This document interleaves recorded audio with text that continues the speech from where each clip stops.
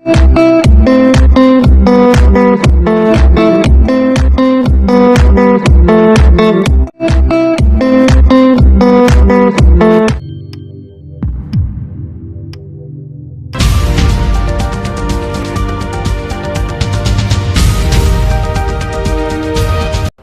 ಪೂರ್ತಿ ಯತ್ನಾಳ್ ಹೊರಗೆ ಹಾಕ್ತೀನಿ, ಯತ್ನಾಳ್ ಮುಗಿಸ್ಬಿಡ್ತೀನಿ ಅಂತ ಯಾವ ಮೂರಕ್ಕೆ ನನ್ನ ಮಕ್ಕಳು ತಿಳ್ಕೊಂಡಿದ್ರೆ ತಪ್ಪು.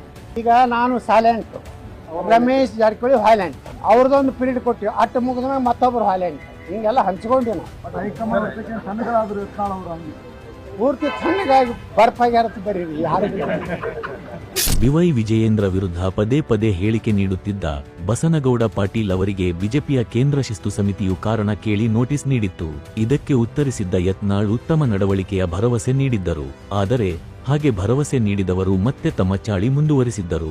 ವಿಜಯೇಂದ್ರ ವಿರುದ್ಧ ಹೇಳಿಕೆ ನೀಡುವುದನ್ನು ಮುಂದುವರಿಸಿದ್ದರು. ಅಲ್ಲದೆ ಬಿ.ವೈ. ವಿಜಯೇಂದ್ರ ವಿರುದ್ಧ ಅಸಮಾಧಾನ ಇರುವವರನ್ನೆಲ್ಲ ಒಟ್ಟುಗೂಡಿಸಲು ಆರಂಭಿಸಿದ್ದರು.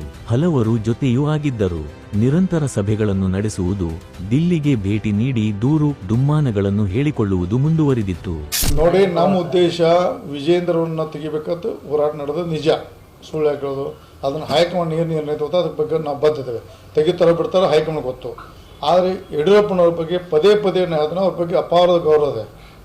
ಅವರು ರಾಜ್ಯ ಪ್ರವಾಸ ಮಾಡೋದು ಸ್ವಾಗತ. ಅವ್ರು ಯಾಕೆ ಸ್ವಾಗತ ಟೂರ್ ಮಾಡೋದು ಒಂದು ಮೊದಲು ಕ್ಲಿಯರ್ ಮಾಡೋಕೆ ಅವರು ಮಗನ ಭದ್ರ ಮಾಡಕ್ಕೆ ಹೇಳ್ತಾರೋ ಪಕ್ಷ ಭದ್ರ ಮಾಡೋದು ಅವ್ರು ಕ್ಲಿಯರ್ ಮಾಡಬೇಕು. ರಾಜ್ಯದಲ್ಲಿ ನಾವು ಅಡ್ಜಸ್ಟ್ಮೆಂಟ್ ಇಲ್ಲಾರ್ದು 3-4 ಜನರ ಮೇಲೆ ಟಾರ್ಗೆಟ್ ಇದೆ. ನನ್ನ ಮೇಲೆ ಟಿ ರವಿ, ಪ್ರತಾಪ್ ಶಿವ. ಇದನ್ನೆಲ್ಲ ಗಮನಿಸಿದ ಬಿಜೆಪಿ ಹೈಕಮಾಂಡ್ ರಾಜ್ಯ ಬಿಜೆಪಿ ಬಣ ಬಡಿದಾಟಕ್ಕೆ ಕೊನೆಗೂ ಬ್ರೇಕ್ ಹಾಕಿದ್ದು, ರೆಬಲ್ಸ್ ನಾಯಕ ಹಾಗೂ ವಿಜಯಪುರ ಶಾಸಕ ಯತ್ನಾಳ್ ಅವರನ್ನು ಉಚ್ಚಾಟನೆ ಮಾಡಲಾಗಿದೆ. ಪಕ್ಷದ ಶಿಸ್ತು ಉಲ್ಲಂಘಿಸಿದ ಕಾರಣ 6 ವರ್ಷಗಳ ಕಾಲ ಪಕ್ಷದಿಂದ ಬ್ಯಾನ್ ಮಾಡಲಾಗಿದೆ ಎಂದು ತಿಳಿದು ಬಂದಿದೆ. ನೋಟಿಸ್ ಕೊಟ್ಟು ಉತ್ತರ ನೀಡಿದಾಗ ಶಿಸ್ತು ಉಲ್ಲಂಘಿಸಲ್ಲ ಎಂದು ಯತ್ನಾಳ್ ಭರವಸೆ ನೀಡಿದ್ದರು. ಆದರೂ ಮತ್ತೆ ಶಿಸ್ತು ಉಲ್ಲಂಘನೆ ಮಾಡಿದ ಕಾರಣ ಕೇಂದ್ರ ಶಿಸ್ತು ಸಮಿತಿ ಈ ಕ್ರಮ ಕೈಗೊಂಡಿದೆ. ತಕ್ಷಣದಿಂದ ಜಾರಿಗೆ ಬರುವಂತೆ ಉಚ್ಚಾಟಿಸಿ ಆದೇಶ ಹೊರಡಿಸಲಾಗಿದೆ. ಬಿಜೆಪಿ ರಾಜ್ಯಾಧ್ಯಕ್ಷ ವಿಜಯೇಂದ್ರ ಯಡಿಯೂರಪ್ಪ ಈ ಬಗ್ಗೆ ಟ್ವೀಟ್ ಮಾಡಿ ಪ್ರತಿಕ್ರಿಯೆ ನೀಡಿದ್ದಾರೆ.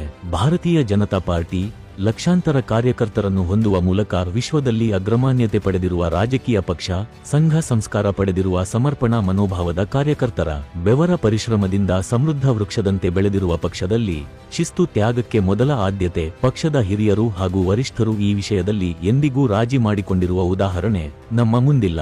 ಸದ್ಯ ಬಸನಗೌಡ ಪಾಟೀಲ್ ರವರ ವಿರುದ್ಧದ ಶಿಸ್ತು ಕ್ರಮ ವರಿಷ್ಠರು ಸುದೀರ್ಘ ಅವಧಿಯಿಂದ ಸ್ಥಿತಿಗತಿಗಳನ್ನು ಅವಲೋಕಿಸಿ ಅನಿವಾರ್ಯವಾಗಿ ತೆಗೆದುಕೊಂಡಿರುವ ಕ್ರಮವಾಗಿರುತ್ತದೆ. ಪಕ್ಷದ ಕೇಂದ್ರ ಶಿಸ್ತು ಸಮಿತಿಯು ಫೆಬ್ರವರಿ 10, 2025ರಂದು ನೀಡಿದ್ದ ಶೋಕಾಸ್ ನೋಟಿಸ್ಗೆ ನಿಮ್ಮ ಪ್ರತಿಕ್ರಿಯೆಯನ್ನು ಪರಿಗಣಿಸಿದೆ ಮತ್ತು ಹಿಂದಿನ ಶೋಕಾಸ್ ನೋಟಿಸ್ಗಳಿಗೆ ಪ್ರತಿಕ್ರಿಯೆಯಾಗಿ ಉತ್ತಮ ನಡವಳಿಕೆಯ ಭರವಸೆಯ ನೀಡಿದ್ದರೂ ಪಕ್ಷದ ಶಿಸ್ತನ್ನು ಮತ್ತೆ ಮತ್ತೆ ಉಲ್ಲಂಘಿಸುತ್ತಿರುವುದನ್ನು ಗಂಭೀರವಾಗಿ ಪರಿಗಣಿಸಲಾಗಿದೆ.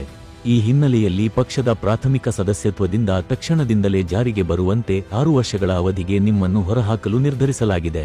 ನೀವು ಇಲ್ಲಿಯವರೆಗೆ ಹೊಂದಿದ್ದ ಪಕ್ಷದ ಸ್ಥಾನದಿಂದ ನಿಮ್ಮನ್ನು ವಜಾ ಮಾಡಲಾಗಿದೆ ಎಂದು ಕೇಂದ್ರ ಶಿಸ್ತು ಸಮಿತಿಯ ಸದಸ್ಯ ಕಾರ್ಯದರ್ಶಿ ಓಂ ಪಾಠಕ್ ಅವರು ಆದೇಶದಲ್ಲಿ ತಿಳಿಸಿದ್ದಾರೆ.